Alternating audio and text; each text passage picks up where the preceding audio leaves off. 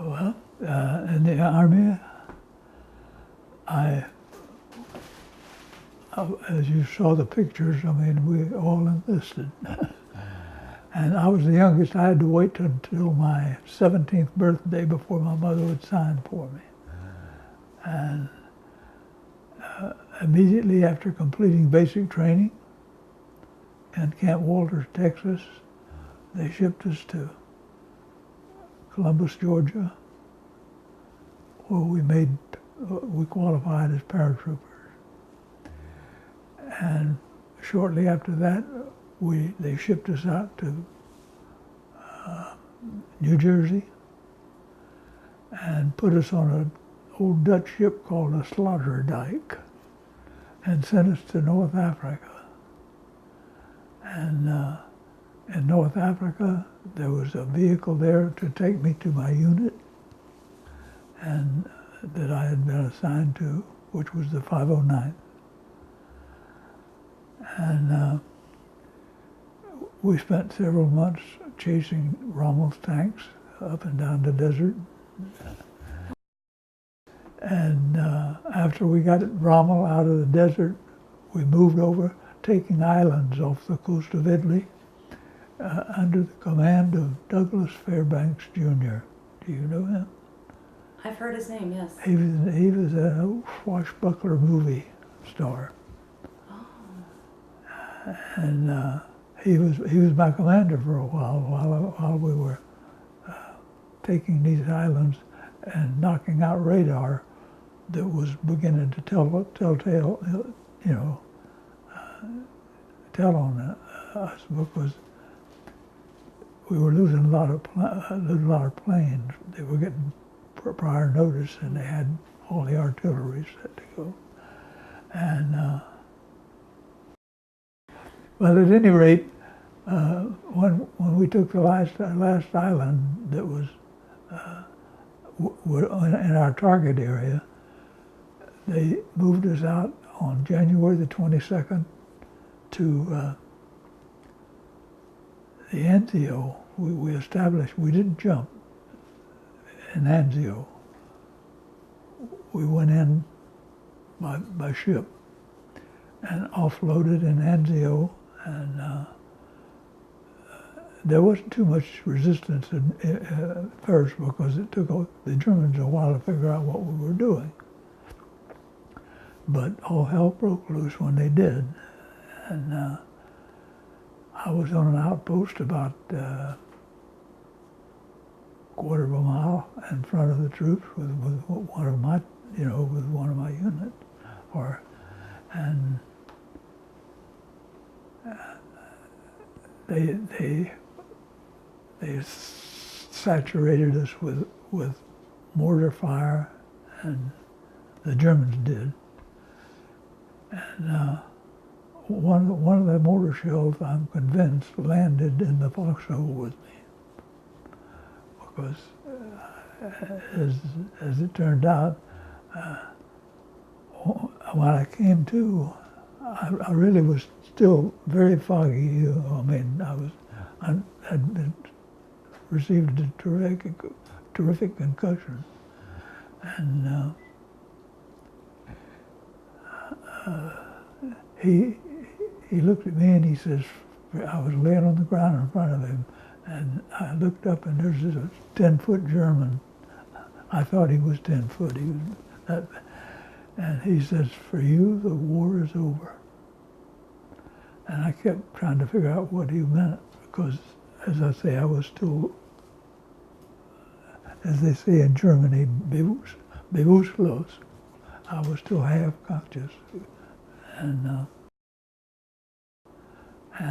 he told me, he said, get up. And I started to get up, and I felt a pain in my stomach. And a piece of that shrapnel had sliced the abdomen, as neat as the surgeon could have done it with a scalpel. And I looked down, and part of my intestines are laying on the grass. And so he said, I can do you a favor and shoot you, because that's going to be painful. And he said, we don't have any medics. He said, our nearest medic is about 3 kilometers from here. And if you want to try to make it, he says, you can do that. I'll send a man with you.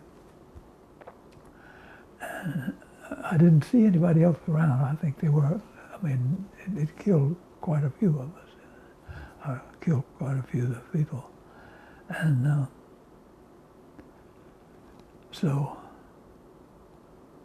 I took him up on his offer, and he had me move out with one of his guards, and he told him, he said, if he can't make it, shoot him. Don't let him lay out there in the cold, you know. And he gave him my gun. And I made it back to the aid station, and they didn't have suitable equipment. They took a piece of flat rock and sanitized it and made a pressure point for it. I had just become a POW. They moved me from the battlefield into Rome, where they sewed me up. And I was in Rome for 2 days, and I escaped from them because they didn't think I was that able to go anywhere. And I was on the loose for about 3 or 4 days, and I was so tired from the injury and the wear and tear that I crawled up in an Italian hayloft, and I fell asleep, and when I woke up, there was another German standing there. So they caught you? Yeah, the Italian had called him, and they routed me out of there, and put me on a train, headed me into Munich from Rome. And it was piecemeal. We could only, sometimes we had to walk away. But as soon as I got into Rome, as soon as I got into Germany, they wanted me to go to work. And I told them I wasn't going to help them. I wasn't about to work. I said, well, if you don't eat, if you don't work, you don't eat. And so I said, okay, I'll work. And then he gave me a choice of train stations. And so I said, train station.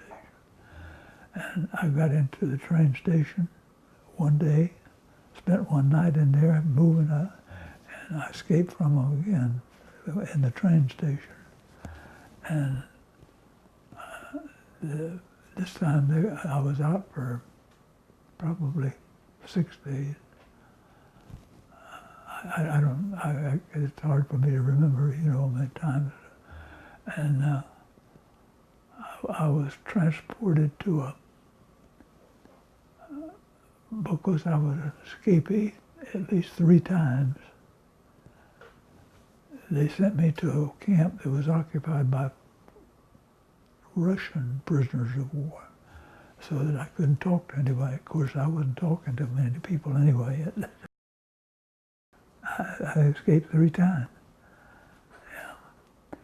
And the last time, I made one more escape later, but not from the Germans, from the Russians. And I traveled at night. I was on the shore of the Mulder River, and I knew that led to where the troops were trying to get to. And it took me, I got away from the Russians on January the 20th. Well, I'm thinking about it because that time I escaped on Hitler's birthday when everybody was celebrating his birthday. I got away. His birthday was on the 20th of April. I got back to American Lines, crossed the Mulder River, into American Lines on the 5th of May. And on the 7th of May, the Germans surrendered. Well, they sent me to all of the repatriation camps for prisoners of war were stuffed, but they were named after American cigarettes, and I went to Camp Lucky Strike. That's what they Camp Lucky Strike, Chesterfield, you know, and they were trying to put a little meat on me because I had lost so much weight, yeah. And when I got back there, they kept me for about 3 weeks, and people coming around at night with rich milkshakes and whatnot, trying to put some weight on you. And I said, let's send me home. Just let me go home. So they put me on the ship and sent me home. But in the one camp near where the Russians were, before the Russians took over, as I say, it was a POW camp already for the Russians. They had a 2-bed dispensary. They put me in because they were trying to put some weight back on me. The Germans knew the war was gone, you know. And there was one little German girl knew that, I mean, I couldn't eat any of the bread they had. The bread was made out of sawdust and, yeah, I mean, it had some wheat in it, but it was 40% sawdust. And my stomach wouldn't handle that. And so they put me in that dispensary, and this one little German girl in there with a face about as red as that water case there. She was sneaking bread into me. And I was responding to that. And anyway, I got away from them. And I went back to the United States, and I got out, and I went to work for the Navy Air Base in Miami, Florida, in Naval Air Station.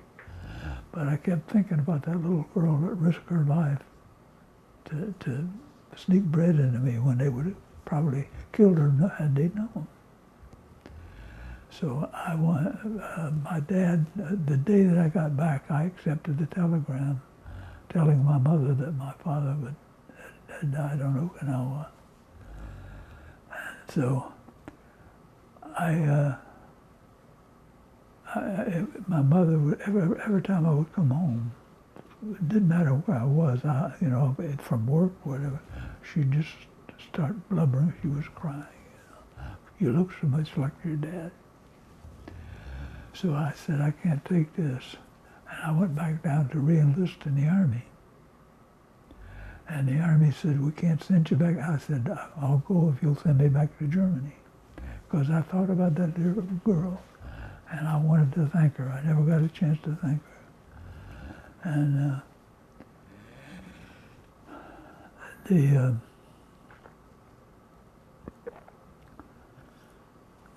he said, however, he said, down the hall, about 3 offices, there is an Army Air Corps an enlistment office, and it's becoming an Army, an Air Force unit rather than an Army unit. And you could go under those circumstances. So I ended up coming back to Germany, and of course it was divided up in so many parts that it was going to be difficult. I tried to find out all I could and learn as much German as I could. And they sent me, they put me in, every night I was working with the German police, because I spoke more German than most of these guys that was in an active unit. And so I was working with the German police. I was going into the OSI then, and the German police controlled and every town in Germany had a police station, and they controlled all of the available housing that was in their town to make it easier for refugees to cross back from where they came from in Germany and get home. And this one night I'm standing there and this little blonde walked in. And I said, I called her Pinky because she'd come to work and her face would be about as red as that day. So I couldn't speak any German then either, so I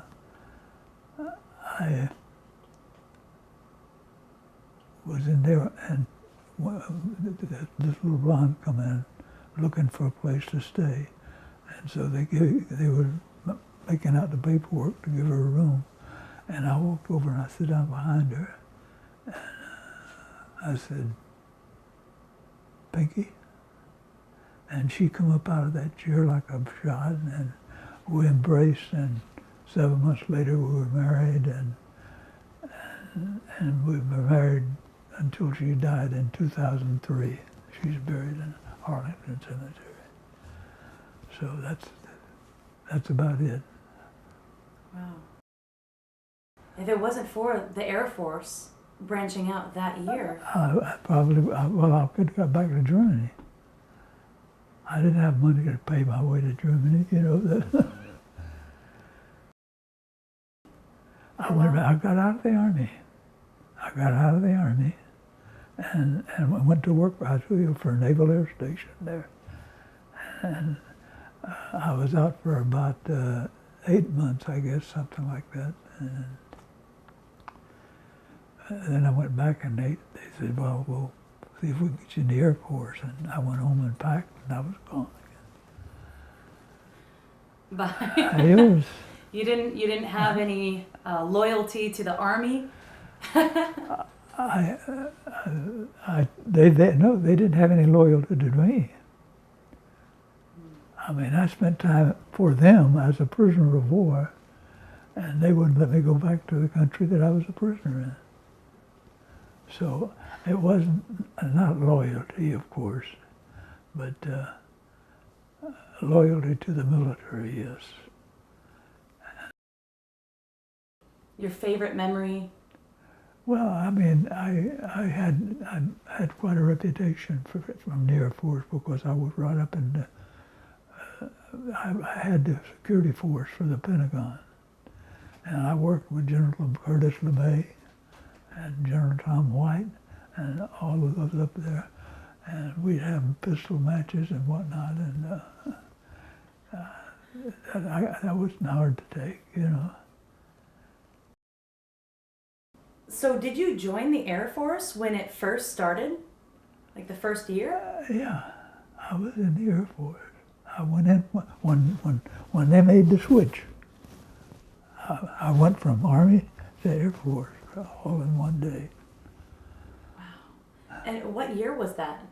Huh? What year did you join the Air Force? 47. Okay. In the Army, I was in there from July the 5th of 42 until I came back and was discharged. And then I came back out of, you know, I took my discharge, but I was determined I was going to go back to Germany anyway, so then I took my discharge from... And when were you discharged? Huh? When were you discharged from the Army? What year? Did I leave the Army? In 1947. Oh, well, I was in the Army one day and the Air Force the next. It didn't take us too long to produce. That was the first product.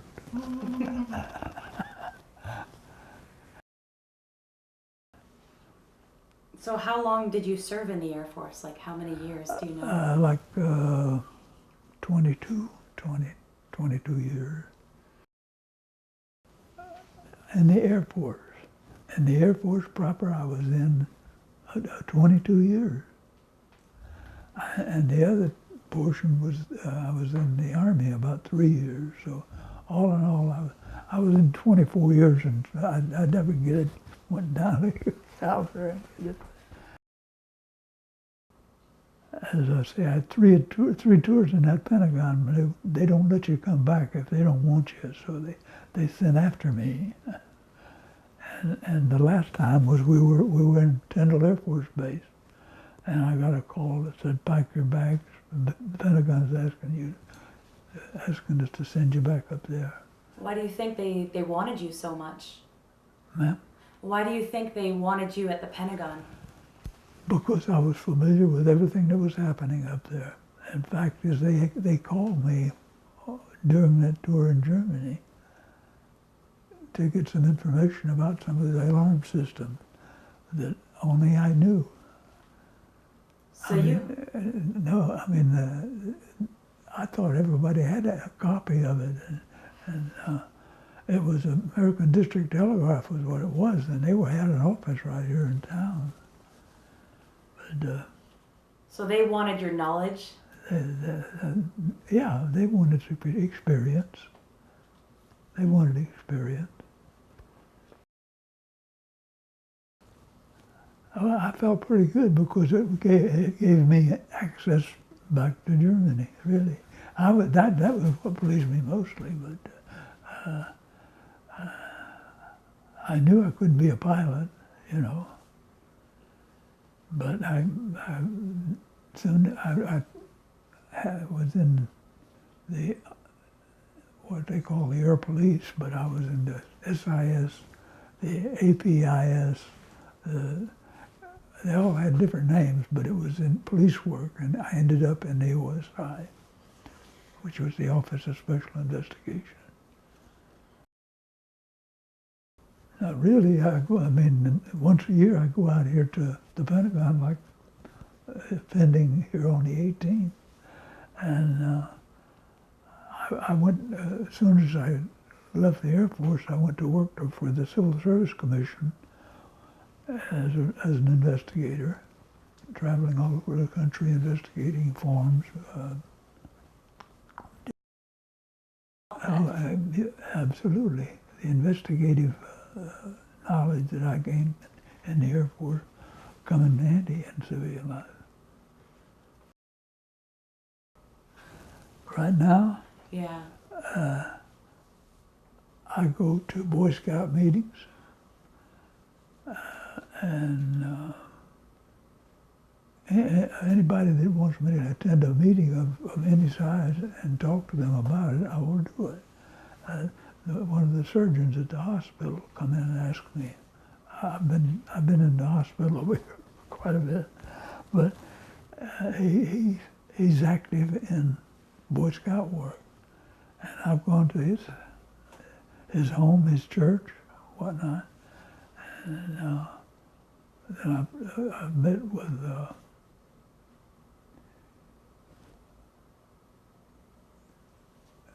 what do they call the Ultimate Scout? Eagle Scouts? Huh? The Eagle Scouts? Eagle Scouts, I'm sorry. My brother. How do you think the Air Force impacts you positively, who you are today? How do you think the Air Force helped you be who you are today? They sent me to every available school. I went to the University of Vienna. I studied at the University of Vienna. And in Austria, I went to the European Command Intelligence School in Oberammergau in Germany. And the Air Force backed all that up with knowledge. Backed up what I had learned with knowledge and used me as an investigator. They kept me busy. They kept me in training. I was in charge of the investigation section every place I went, and until I went into the OSI, and then they sent me to some specialty schools where I was taught a myriad of criminal investigator techniques, and consequently I was able to find work rather easily. Okay. You should learn something from every experience, and I've made it a habit of trying to learn something wherever I went that would come in handy. So that's how the Air Force impacted me, I thought. Each time you escaped? I mean, I thought I was going to die anyway. I was down to 102 pounds. And it never, I mean, I was going to get away or try to get away or die trying. What was she like? Of course, she didn't speak a word of English. So that was a challenge too. Mm-hmm. But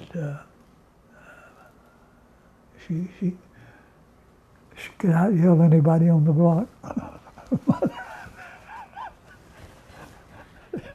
No, she was. She gave up. She gave up Germanship. I mean, she became a citizen, and she wasn't too crazy about going back over there, because you never know the hot spots in this country or in that country. I mean, who could have told you 10 years ago what would be happening right now? Yeah. That must have been a wonderful feeling when you saw her again in that police station. Yeah. Well, I mean, I had looked forward to it, and I was trying to make it that anyway.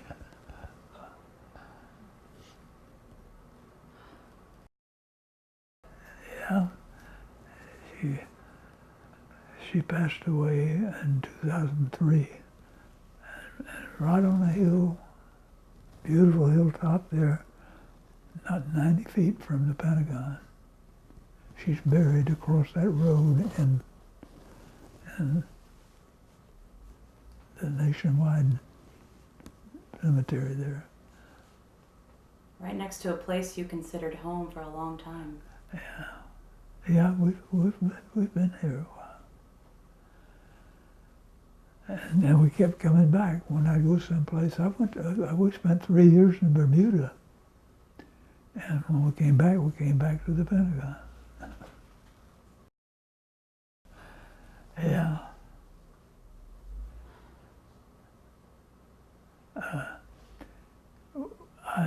In fact, is when I went to Bermuda, they said, we can't give you concurrent travel. So I said, okay. I bought an airline ticket to Bermuda for her and the kid. And I walked into a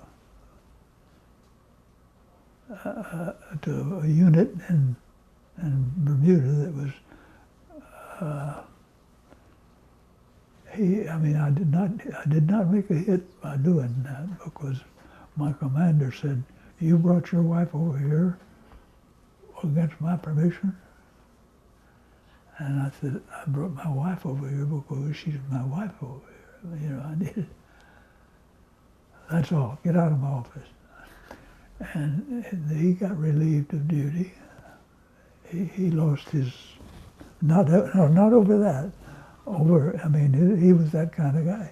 He would speak before he looked.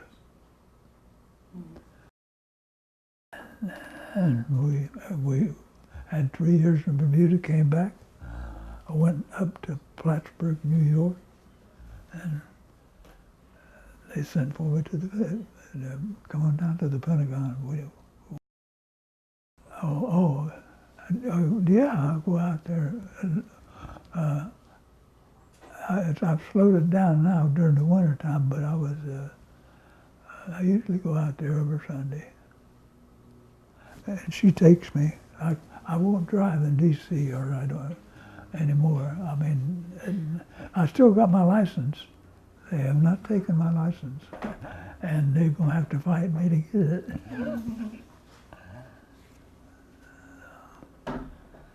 But Carmen goes with me out there the kids go on their own. I mean, you know, the grandkid and our great-grandchildren are. Question: how did you know that she was the one for you? You couldn't speak German. She couldn't speak English. How did you know? I didn't know. You can't. Life is a gamble, and I just made a good bet.